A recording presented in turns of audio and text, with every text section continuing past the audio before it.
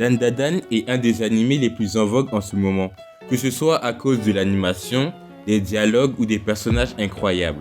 À travers cette œuvre, il y a un message principal que l'auteur souhaite faire passer. Il est simple, mais j'ai l'impression que je suis un des seuls fous à l'avoir remarqué. Donc je vais faire cette courte vidéo pour vous l'expliquer avec les éléments de l'animé.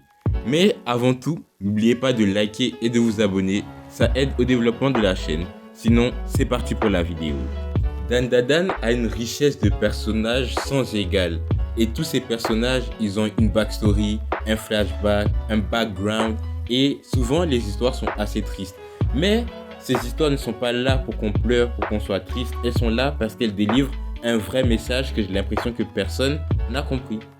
Ce message, c'est de ne jamais juger une personne à son apparence, ni de ne jamais juger une personne sans la connaître.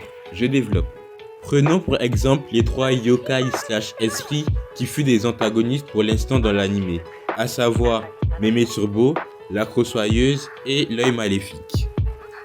Mémé Turbo, c'est juste une grand-mère qui n'aime pas qu'on la dérange et qui rend visite à des femmes qui ont été tuées dans d'atroces souffrances. La Crossoyeuse, c'est juste une mère que la vie n'a pas gâtée, qui souhaitait revoir sa fille au moins une dernière fois. Elle a même été prête à sacrifier sa propre vie pour ressusciter sa fille entre guillemets. L'œil maléfique, c'est juste un enfant qui souhaite s'amuser parce qu'il n'a pas pu profiter de son enfance car il est mort prématurément. Mais au fond, on va savoir que malgré son immaturité, il reste un bon gars. Le point qui relie ces 3 personnages, c'est que malgré leur apparence monstrueuse, tout au fond de leur être, ça reste des personnes avec un bon cœur, prêtes à se battre pour la bonne cause. Ce ne sont que des personnages tragiques finalement. En apprenant à les connaître, il nous est impossible de les considérer comme des monstres. Et tout ça, on l'apprend grâce à leur histoire, leur flashback. L'auteur fait ça pour nous faire comprendre que l'habit ne fait pas le moine, et cela s'applique même aux protagonistes.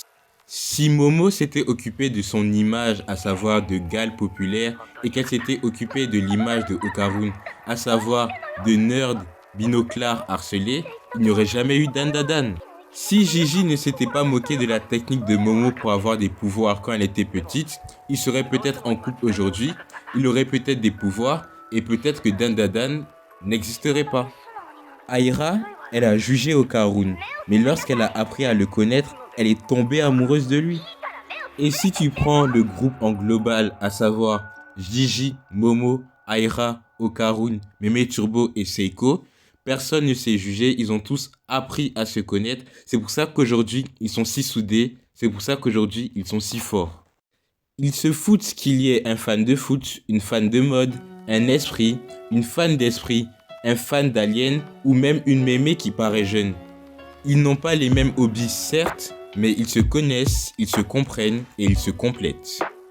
Et avec ce thème très important, l'auteur nous parle à nous, fans du manga, et à nous, fans de l'anime. Car en 2025, tout le monde juge à l'apparence sans connaître. Si une femme s'habille d'une telle manière, c'est une tana. Si un homme s'habille d'une telle manière, c'est un blédard. Si un homme porte des lunettes, c'est un intello. Bref, vous m'avez compris.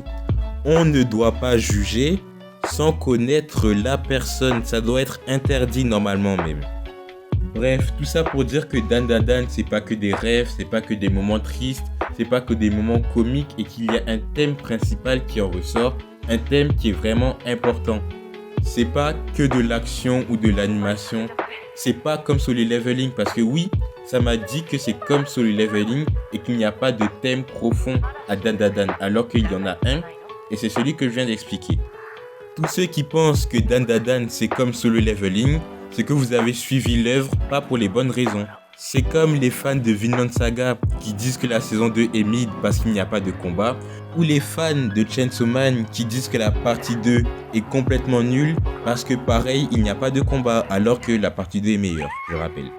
En tout cas, une chose est sûre, c'est que Dandadan, c'est banger. Bref, j'espère que la vidéo vous a plu. Si c'est le cas, abonnez-vous et likez, on est bientôt aux 160 abonnés. Sinon, je vous dis à la prochaine pour une prochaine vidéo. C'était l'homme d'Iwa, peace.